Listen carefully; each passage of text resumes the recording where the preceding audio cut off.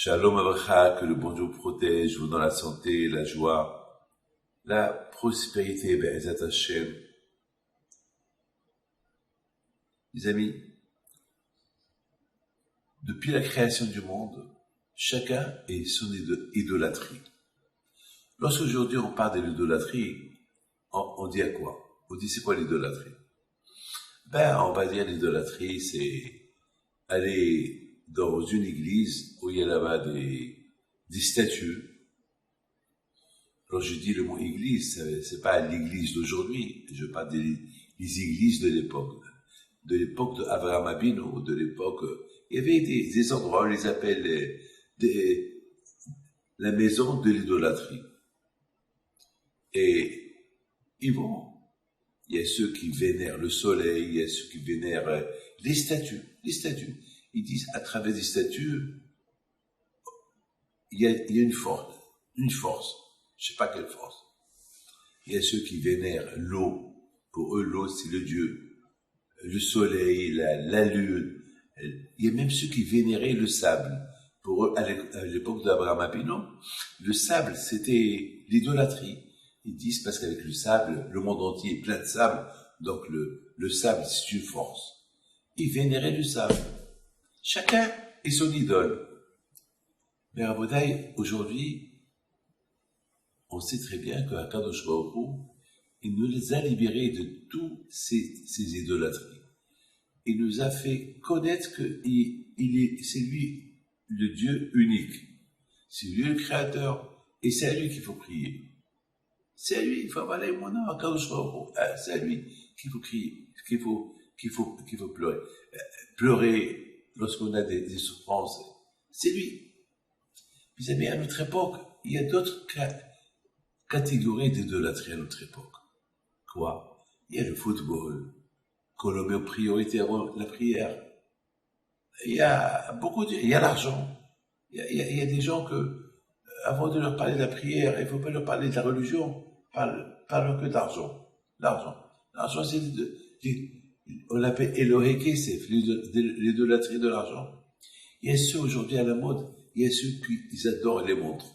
L'idolâtrie des montres, c'est pour eux la mode. Vous savez, mes amis, je dois la parole d'honneur. J'ai vu quelqu'un, il y a 2 semaines, il rentre à la synagogue. On était en pleine prière. La première chose qu'il a fait, je l'ai remarqué, il va chez un copain, il lui montre sa montre. Une montre qu'il a écrit qu'il a acheté à 300 000 €. Une montre. Et celui qui il la voit, et il fait comme ça, de loin. Waouh! Comment? Tu es devant le bon Dieu. Tu es en train de prier. Et tu dis, waouh! Et il la regarde. C'est la folie, ça. C'est de la folie. Mes amis, il y a une autre catégorie qui est pire que l'idolâtrie. C'est quoi? C'est la colère. La colère. Vous savez, lorsque quelqu'un est en colère, pendant un laps de temps, il oublie qu'il y a Dieu. Il crie. Et l'autre, il y a la maison. Il crie. Il déchire ses vêtements. Il va peut-être frapper. À tel point que Hakamim me disent que celui qui s'énerve, comme s'il fait l'idolâtrie. Chacun est son idolâtrie. Mais l'idolâtrie grandiose, on peut être croyant en Dieu, et on peut faire les plus grandes missions du monde, mais pendant un moment, on oublie que Dieu, il existe, pendant la colère. Il y a quelqu'un, je dis pas il y a quelqu'un, ça arrive, que pendant quelqu'un qu'il est en colère, me dit, mon fils, même Dieu pardonne, et qui se fait dire, je m'en fous du bon Dieu. Vous vous rendez compte? Pendant la colère, tu peux même pas parler du bon Dieu. Pendant la colère. Vous savez qu'est-ce qu'on dit? On dit alteratse et adam b'shat ka'aso. Pendant que quelqu'un il est en colère, c'est le moment qu'il faut pas essayer de lui dire pardon. Parce qu'il est en colère. Il peut même te faire du mal en se disant pardon. Il faut se taire, laisse-le qui continue à parler, laisse-le qui se calme. Et après, tu peux lui demander pardon, ou tu peux te justifier, mais pas pendant qu'il est en colère. Parce que pendant que la personne elle est en colère, sa tête, elle est ailleurs, elle est hors circuit, elle est en dehors, et comme s'il ne vit pas. À tel point que Haram me disent que celui qui s'énerve, il peut attraper toutes les maladies. Il peut avoir une crise cardiaque, il peut avoir un AVC. Et en plus de ça, on le considère comme s'il ne croit pas en Dieu.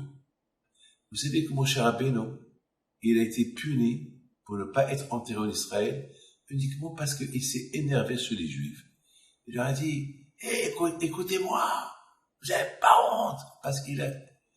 Pourtant, c'est Moshe Rabbeinu. Hachem lui a dit, il fallait pas crier. Un homme comme toi, il crie pas. Un homme comme toi, il n'a pas le droit d'être en colère. Parce qu'ils prennent exemple de toi.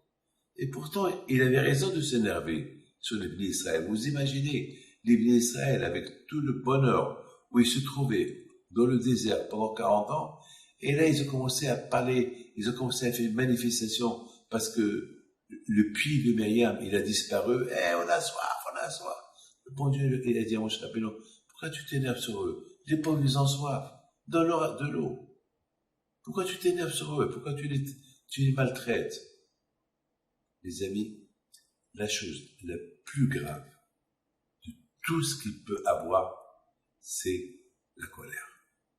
Évitons la colère et on réussit. Que Dieu vous protège et vous donne la santé. Amen.